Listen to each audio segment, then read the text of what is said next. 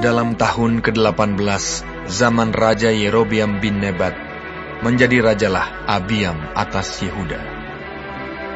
3 tahun lamanya ia memerintah di Yerusalem.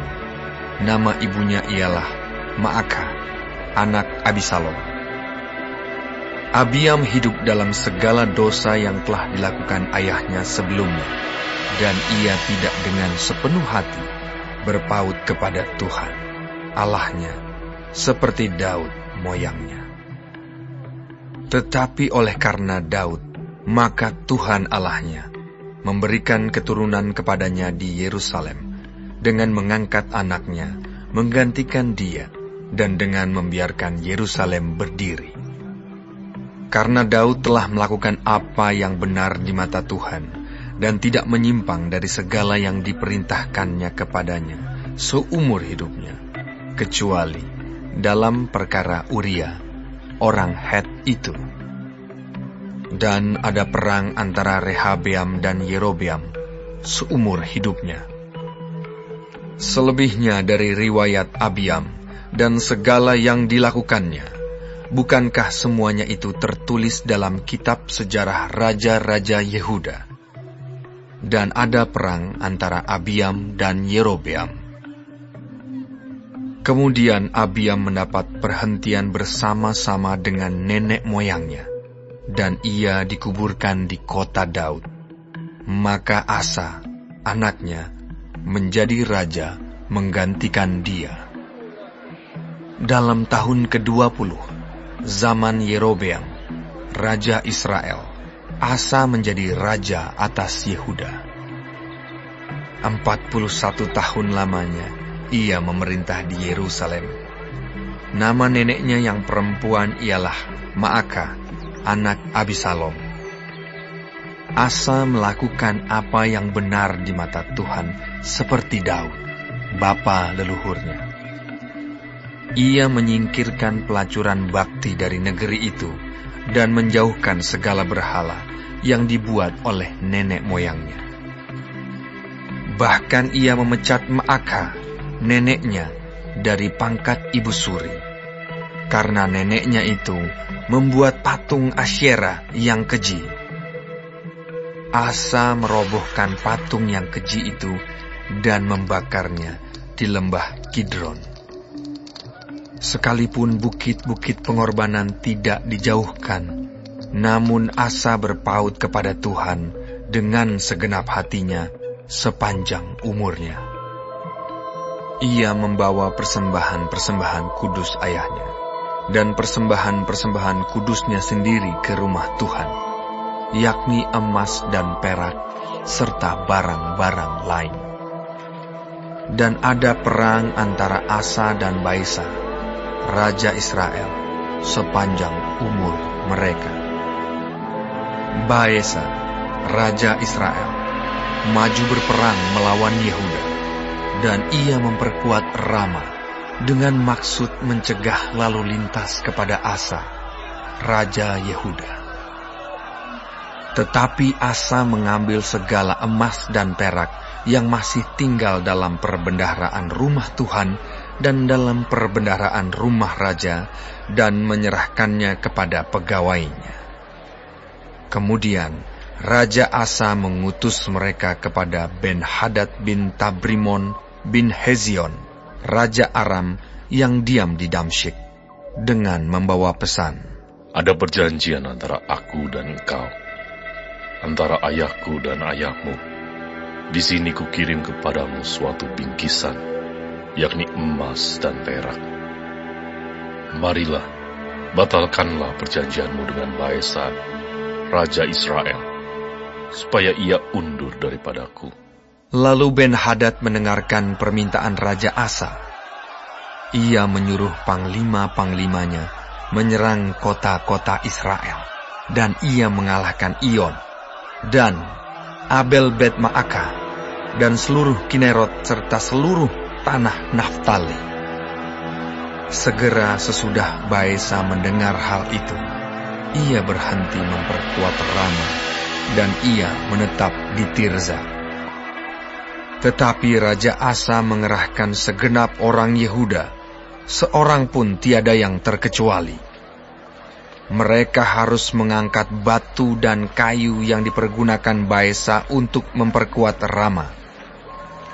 Raja Asa mempergunakannya untuk memperkuat Geba Benyamin dan Mizpa. Selebihnya dari seluruh riwayat Asa dan segala kepahlawanannya dan segala yang dilakukannya dan kota-kota yang diperkuatnya, bukankah semuanya itu tertulis dalam kitab sejarah raja-raja Yehuda? Tetapi pada masa tuanya, ia menderita sakit pada kedua kakinya. Kemudian Asa mendapat perhentian bersama-sama dengan nenek moyangnya, dan ia dikuburkan di samping nenek moyangnya di kota Daud, bapa leluhurnya. Maka Yosafat, anaknya, menjadi raja menggantikan dia. Nadab, anak Yerobeam, menjadi raja atas Israel dalam tahun kedua zaman Asa, raja Yehuda. Ia memerintah atas Israel 2 tahun lamanya. Ia melakukan apa yang jahat di mata Tuhan, serta hidup menurut tingkah laku ayahnya dan menurut dosa ayahnya, yang mengakibatkan orang Israel berdosa pula. Dan Baesa bin Ahia dari kaum Isakar mengadakan persepakatan melawan dia. Baesa menewaskan dia di Gibeton yang termasuk wilayah orang Filistin, sedang Nadab dan seluruh Israel mengepung Gibeton itu. Baesa membunuh dia dalam tahun ketiga zaman Asa, raja Yehuda, dan menjadi raja menggantikan dia. Segera sesudah ia menjadi raja, ia membunuh seluruh keluarga Yerobeam.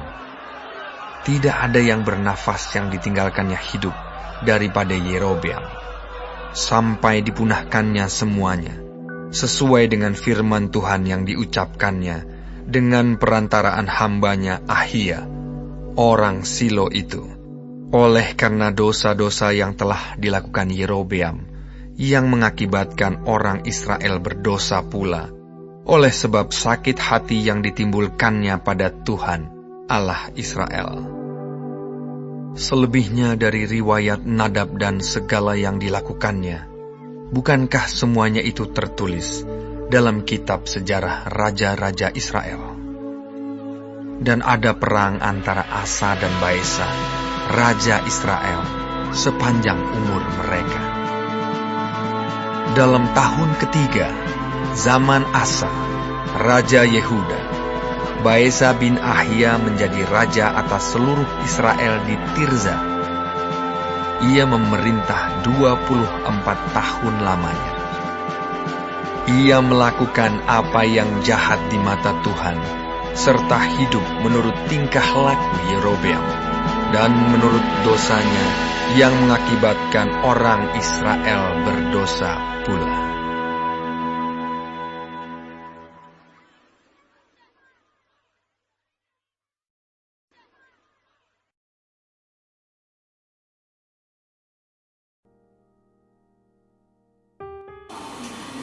Shalom, saudara-saudaraku yang kekasih di dalam Tuhan Yesus Kristus. Puji Tuhan kalau kita masih diberi kesempatan hidup hari ini dan mempelajari firman Tuhan dari kitab 1 Raja-Raja 15. Saudara, Asa Raja Yehuda sangat berbeda dari ayahnya Abiam. Abiam adalah raja yang jahat, tidak setia kepada Tuhan, dan hidup di dalam dosa. Sedangkan Asa anaknya, dia berbeda. Dia melakukan yang benar di mata Tuhan. Ia setia kepada Tuhan. Ia menyingkirkan penyembahan berhala dan ritual-ritual yang menjijikkan hati Tuhan. Ia juga berani menyingkirkan neneknya supaya tidak mempengaruhinya untuk ikut-ikut menyembah Dewi Asyera, kepercayaan neneknya. Tapi Asa tidak menghancurkan bukit-bukit pengorbanan. Padahal di bukit-bukit itulah ibadah penyembahan kepada dewa-dewi dilakukan. Mungkin Asa mengira ibadah kepada Tuhan boleh dilakukan dengan bercampur dengan ibadah kepada dewa-dewi lain. Itu salah. Sehingga Yehuda, kerajaan ini dan bangsanya tidak murni menyembah Tuhan. Lalu Asa juga melakukan kesalahan. Dia menghadapi Baesa, raja Israel. Dia tidak sungguh berserah kepada Tuhan. Dia mencari pertolongan kepada Raja Aram Ben-Hadad. Jadi satu sisi Asa ada punya hati yang mengasihi Tuhan, tapi di bagian lain Asa tidak bijaksana, ya, tidak berhikmat dalam hal mencampur adukan ibadah kepada Allah yang benar dan mengizinkan ritual kafir. Padahal dia seorang pemimpin yang punya otoritas besar untuk melakukan sesuatu. Dan yang kedua, ketika dia susah, dia tidak cari Tuhan, tapi dia cari pertolongan manusia. Akibatnya kehidupannya tambah lama merosot. Dia tidak lagi peka terhadap firman Tuhan.